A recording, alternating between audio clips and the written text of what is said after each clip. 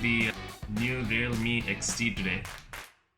We've moved back to the regular white packaging, and in the kit, a usual clear carry case, some minimal documentation. Looks like a user guide and some general information.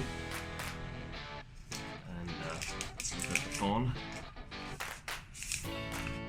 Realme going for the pearlescent white look here, and quad camera setup.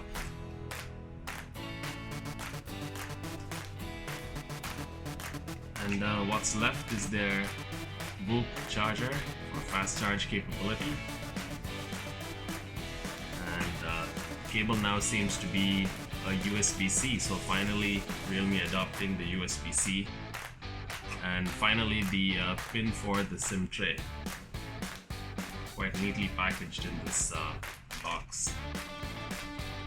So look out for our full review, where we'll cover the Realme XT and its performance in detail.